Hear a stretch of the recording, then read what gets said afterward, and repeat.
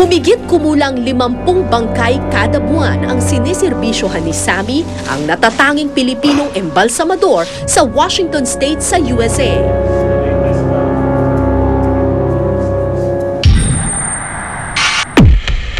Si Jonel, minsan na rin daw nagparamdam ang kanyang mga naging pasyente at hanggang sa kanya raw mga panaginip, dinadalaw daw siya ng mga ineembalsamo niyang bangkay. Magandang gabi, ako po si Cara David at ito po ang OFW Diaries at mga kwentong Pinoy overseas.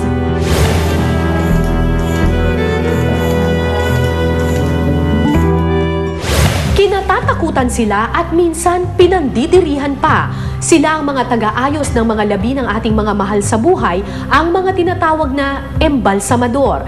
Pero ngayon tila magbabago ang pagtingin natin sa kanila dahil ang mga patay na kanilang hanap buhay, in-demand na trabaho ngayon sa abroad.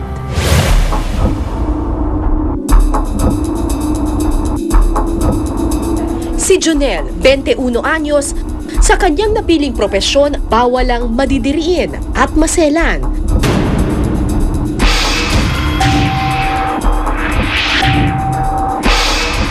Si Jonel kasi, isang embalsamador.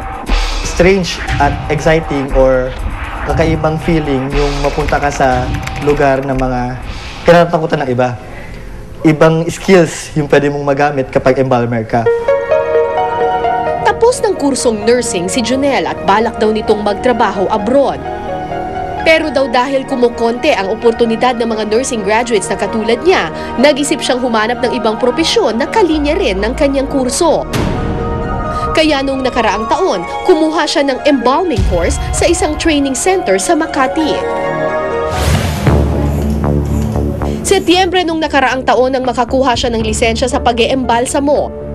At habang hinihintay niya ang kanyang board exam sa nursing sa darating na Disyembre, sumasideline siya ng pag-eembalsamo kung saan kumikita siya ng hanggang 16,000 pesos kada buwan. Pero hangad ni Jonel ang kita na mas higit na bubuhay daw sa kanyang pamilya.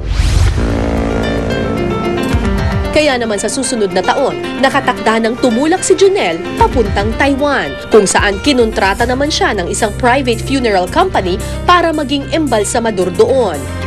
Inalok daw siya ng 30,000 to 40,000 pesos na basic monthly salary. Mas mataas yung offer nila doon, figuratively. Pero siguro magandang experience na rin na mapunta ka sa isang lugar na ikaw mismo mag-initiate ng innovations pagdating sa mortuary field nila doon.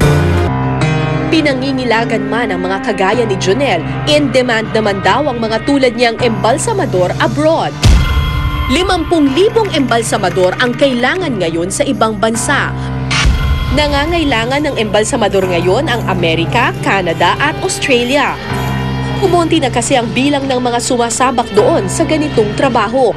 Kailangan siyang merong employment contract, working visa, passport, medical clearance, and of course yung overseas employment certificate na ini-issue ng POEA. Kung sa Pilipinas kumikita ng 12 to 14,000 pesos kada buwan ang isang embalsamador, sa ibang bansa maaari raw silang kumita ng hanggang 250,000 pesos pataas.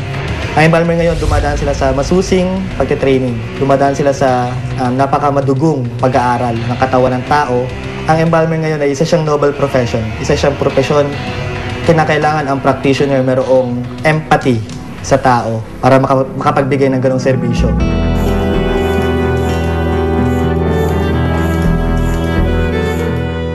Minsan na rin daw nagparamdam ang kanyang mga naging pasyente at hanggang sa kanya raw mga panaginip, dinadalaw daw siya ng mga ineembalsamo niyang bangkay.